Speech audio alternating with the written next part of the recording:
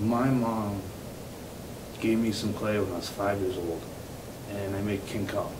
He's probably about this tall, like that, and just King Kong. One of my favorite things, I still have it at my house.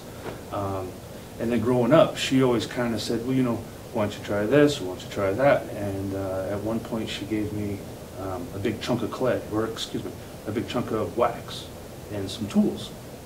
And I started creating all these like little cartoon characters and stuff like that.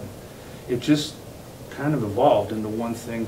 I started doing pottery in junior high, and then I started teaching pottery in junior high. I could take a class and I'd turn around and teach the same thing that I just learned from the previous class to the students below me.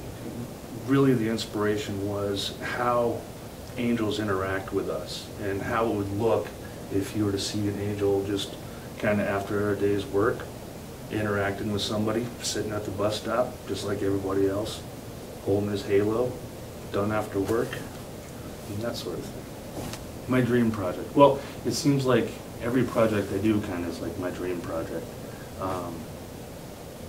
But as far as the big scope, the bigger the better, but not necessarily in the sense that the larger the piece, but more the impact, more the meaning of the piece. So the more profound, the more meaningful. So bigger in that category can mean a lot of different things. But I like to do large work, but I like to have it have a good impact with the people and with myself too. It's something that when I do the work, I get a certain sort of satisfaction from it. Professionally, as my goal, I'd like to keep improving on the skills that I have.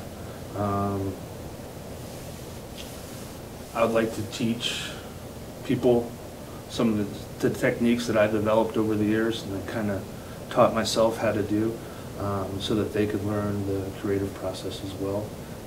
And you know, if I show in galleries, if I show publicly, or if I show privately, I just want to keep the creation going. I was surprised to see after the last installation that we did of Imagination, where kids and adults and people were just climbing it, sitting on it.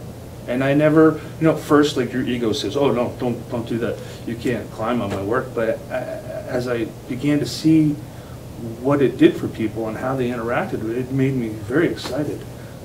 So I was really pleased to see that. And so as far as the interaction goes, this current piece is set so that you can fully interact with it. So you can sit with it. You could actually, there's a hand to be held. So it's completely interactive. And as far as that goes, I want to just further that type of momentum. I like the interaction. The more interaction, the better, obviously, you know, and people feeling the piece and touching the piece. It was something I was always concerned about was, you know, when I do bronze and people touch it. I want people to touch it. You want to feel it. And there's a lot of signs that say, do not touch. And I was like, no, that's just the completely opposite approach of what I want.